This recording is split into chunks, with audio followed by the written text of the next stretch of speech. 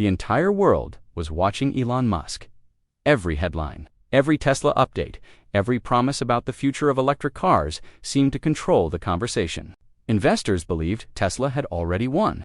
Competitors were scrambling to catch up. And most people thought the EV race was basically over. But while everyone was distracted by the noise, Toyota was doing something much more dangerous. Quietly, patiently, almost invisibly, because behind closed doors, the company that many people called late to the electric revolution had been preparing for a completely different game. And when Toyota finally revealed what it had been building, the reaction inside the auto industry was very different from the reaction online. Engineers paid attention. Executives paid attention.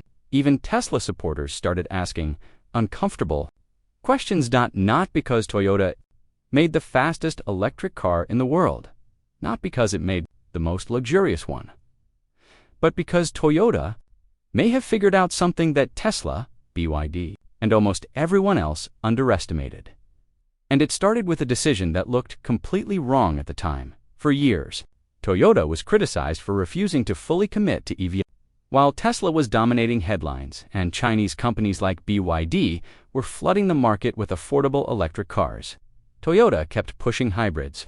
Analysts called the company stubborn, outdated, afraid of change. Some even said Toyota had already missed the future. But Toyota never reacted emotionally to the criticism. Instead, it kept building. While other companies raced to sell more EVs, Toyota focused on supply chains, battery research, manufacturing systems, global infrastructure. It watched the market carefully while everyone else fought for attention.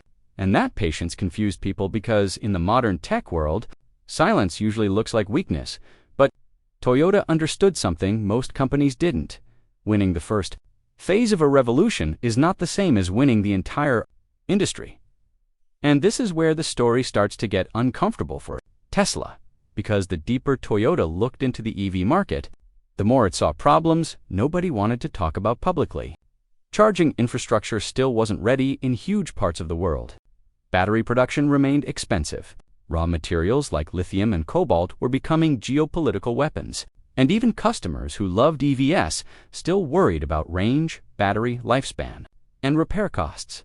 Toyota saw all of this years ago. That's why, instead of abandoning hybrids completely, it treated them like a bridge, a temporary system designed to survive until battery technology truly matured. And while critics mocked Toyota for being behind, the company was investing billions into something it believed could reset the entire EV race later. Solid-state batteries. At first, the idea sounded like another futuristic promise.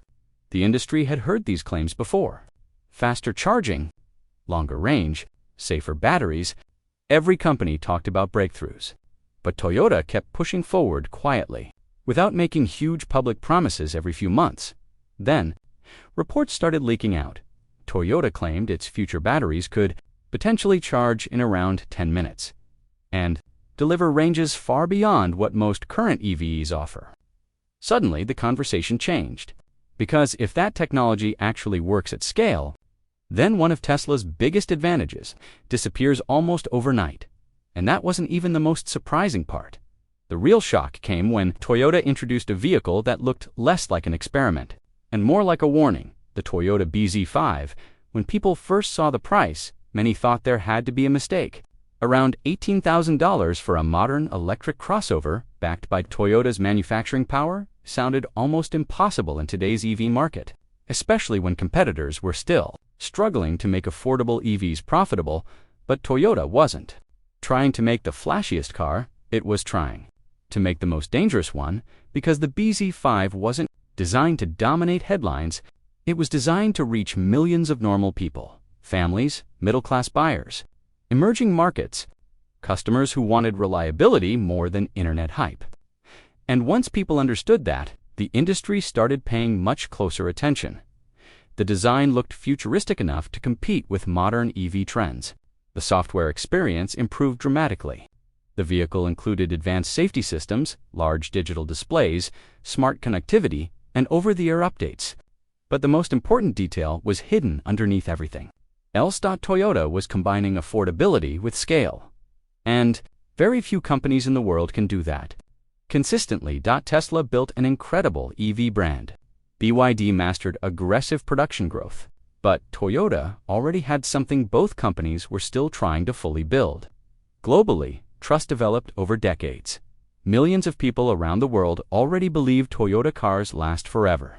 That matters more than most people realize, especially once EVs stop feeling new and exciting and start becoming normal household purchases. Because eventually, the EV market stops rewarding hype. It starts rewarding reliability, and Toyota has spent decades preparing for exactly that phase. And Toyota's biggest advantage may have nothing to do with batteries at all. It's the machine behind the company. Most people only look at the final product, the car, the range numbers, but inside the auto industry, the real power comes from something much less exciting: manufacturing, supply chains, distribution, service networks, the boring systems nobody on YouTube thumbnails talks about. And this is exactly where Toyota becomes terrifying, because while newer EV companies are still learning how to mass-produce vehicles without delays, quality problems, or financial losses, Toyota has already mastered that system over decades. Its factories operate like precision machines. Its logistics network stretches across continents. Its suppliers already trust the company. And in many countries, Toyota dealerships exist in places where Tesla still has almost no presence. That changes everything once EV demand moves beyond early adopters. Right now, electric cars still feel modern and premium, but eventually they become ordinary purchases. And when that happens, people stop asking, "What's the coolest EV?" They start asking different questions. Can I repair it easily? Will the battery survive for years? Can I trust the company? What happens if something breaks?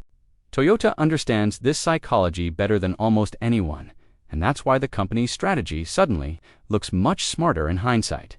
Because while the world celebrated rapid EV expansion, Toyota was studying the weaknesses underneath the excitement. It saw customers struggling with charging infrastructure outside major cities. It saw governments pushing aggressive EV targets without fully prepared electrical systems. It saw supply chains becoming dependent on rare materials controlled by only a few regions. Most importantly, Toyota realized one dangerous truth: the first generation of EVs may not be the final version.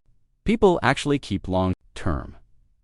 That's why the company kept betting on hybrids, even while critics attacked them for it.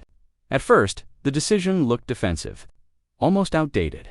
But over time, something strange started happening. Consumers kept buying them, not because hybrids were exciting, because they solved practical problems. Drivers got better fuel efficiency without depending entirely on charging stations. They avoided range anxiety. Maintenance costs stayed predictable. And in huge parts of the world where charging infrastructure still struggles, hybrids simply made more sense for every day. Toyota wasn't ignoring reality, it was adapting to the version of reality most companies didn't want to admit existed. This created a hidden advantage. While competitors poured enormous resources into forcing full EV adoption immediately, Toyota kept generating massive global sales through hybrids while quietly preparing for the next transition. That gave the company time, money, stability, and patience. The kind of patience most tech-driven companies don't have. But then came the moment when Toyota stopped looking cautious and started looking aggressive. The BZ5 was only part of it. Behind the scenes, Toyota began restructuring entire production systems specifically for electric vehicles. Dedicated EV platforms, AI-assisted factories, new battery partnerships, software development, autonomous driving research. Suddenly, the company everyone called slow was moving in multiple directions at once. And this is where Tesla's situation becomes complicated, because Tesla still leads in areas like software integration, charging ecosystems, and autonomous driving ambition. Nobody can deny that. Elon Musk changed the industry permanently. Without Tesla, the modern EV race probably wouldn't exist at this scale, but leadership in technology does not always guarantee leadership. Forever history has already shown that the companies that invent industries are not always the ones that dominate the mature version of them. Sometimes the winners are the companies that arrive later with better systems, lower costs, and stronger scalability. Toyota knows this, and now it's moving like a Company that believes the real EV race hasn't even started, yet especially in emerging markets, because while Tesla remains strongest in wealthier regions, Toyota is targeting places where the next billion drivers will come from: India, Southeast Asia, parts of Africa, Latin America. Regions where affordability matters more than luxury branding. Regions where charging infrastructure is still developing. Regions where reliability can matter more than acceleration speed. That market may ultimately decide the future of the global auto industry, and Toyota is already deeply embedded there.